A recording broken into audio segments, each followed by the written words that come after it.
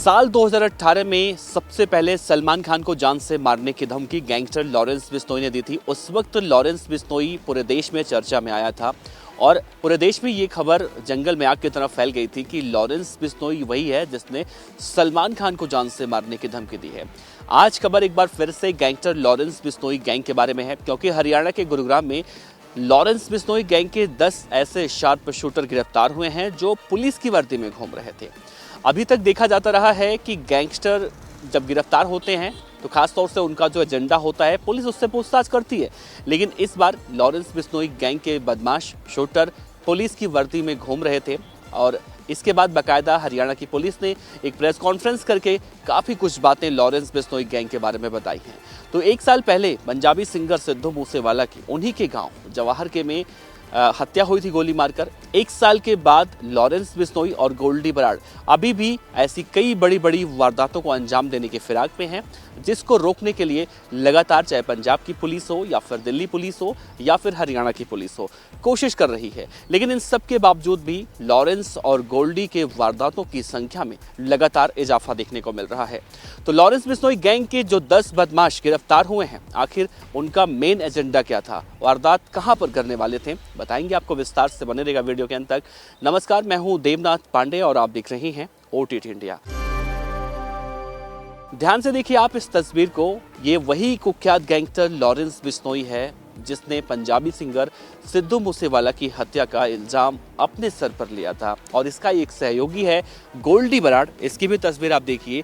गोल्डी बराड़ इस वक्त अमेरिका में बैठा हुआ है और वहीं पर बैठकर तमाम जघन्य हत्याकांड जो दिल्ली, पंजाब, राजस्थान, हरियाणा, इन सब जगहों पर लॉरेंस बिश्नोई गैंग की तरफ से अंजाम दिए जाते हैं, इन सब की जिम्मेदारी वो सोशल मीडिया खासतौर से फेसबुक पर लेता है। दरअसल कल लॉरेंस बिश्नोई को दिल्ली पुलिस की क्राइम ब्रांच साकेत कोर्ट में पेशी पर लेकर गई थी। एक तरफ लॉरेंस बिश्नोई की कोर्ट में पेशी हो रही थी तो दूसरी तरफ लॉरेंस बिश्नोई गैंग के 10 बदमाश, 10 शार्प शूटर हरियाणा के सोहना में किसी बड़ी वारदात को अंजाम देने के फिराक में थे। हालांकि उस वक्त पुलिस को खबरी ने सही समय पर सूचना दी और लॉरेंस बिश्नोई के वो सभी बदमाश गिरफ्तार कर लिए गए।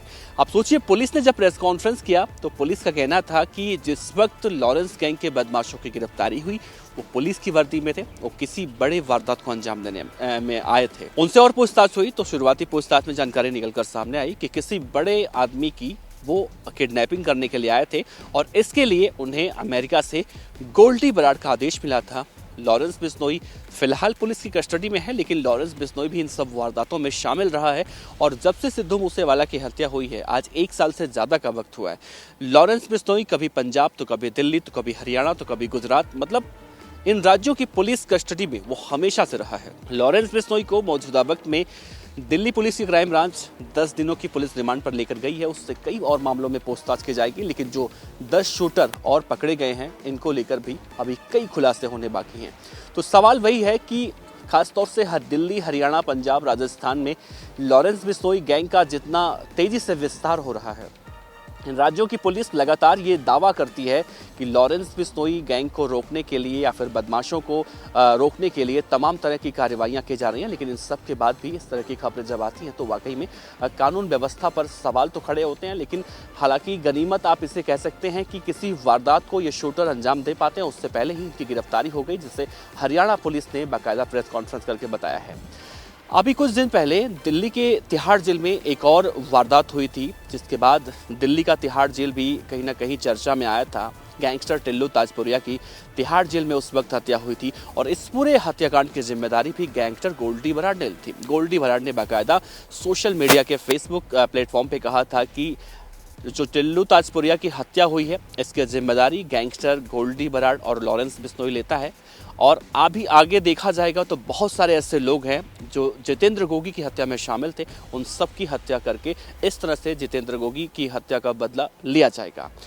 तो वही सवाल है कि आखिर लॉरेंस बिश्नोई, गोल्डी बराड़, जो 2 कुख्यात गैंगस्टर हैं जिनका कभी जेल में रहने के बाद भी इंटरव्यू सामने आ जाता है और 2 राज्यों की पुलिस सफाई देने पर मजबूर हो जाती हैं और आखिरकार ये नहीं मालूम चल पाता कि पंजाब की जेल में इंटरव्यू हुआ था या फिर किसी राजस्थान के किसी जेल में। लॉरेंस बिश्नोई से 10 दिनों तक फिलहाल पूछताछ की जा रही है, लेकिन ये 10 शूटर किन बड़ी वारदातों को अंजाम देने के लिए आए थे, ये अभी राज बना हुआ है। पुलिस उनसे कोर्ट में पेश करके उनका रिमांड लेकर उनसे पूछताछ कर रही है। पूछताछ के बाद काफ़ी कुछ चीज़ें निकलकर सामने आ पाएंगी। लेकिन एक आखिरी सवाल जो मैं उठा रहा हूँ, हम लगातार उठाते हैं कि देश की राजधानी दिल्ली, खासतौर से दिल्ली से सटे राज्य, चाहे वो पश्चिमी यूपी हो, राजस्थान का इलाका हो, हरियाणा का इलाका हो, जो भी सटे हुए इलाके हैं उनमें इस तरह की वारदातें कुछ ज़्यादा ही देखने को मिलती हैं। और इसके पीछे की सबसे बड़ी वजह ये भी देखी जाती है कि दिल्ली एनसीआर के अंदर अपराधी वारदातों को अंजाम देने के बाद बहुत ही आसानी से दूसरे राज्यों में पहुंच जाते हैं, जिसे पुलिस के लिए पकड़ना एक किसी चुनौती से कम नहीं होता है। फिलहाल लॉरेंस बिश्नोई के बारे में आपका क्या कहना है? गोल्डी बराड़ कब तक पकड़ा जाएगा?